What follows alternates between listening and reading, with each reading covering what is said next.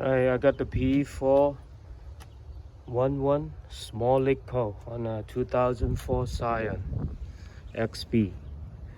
So I replaced the gas cap, no good. So I decided to do a smoke test. So I Google YouTube. I did the freaking smoke test machine myself. So what I do is I take off this purge light and put the smoke through here. And you go through here.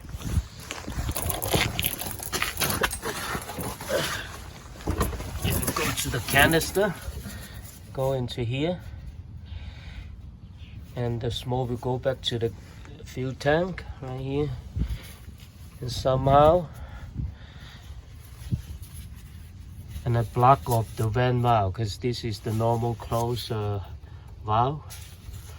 So I unplug this this big hose and I just kept it off with a rubber glove because I don't have the advanced machine to close this valve.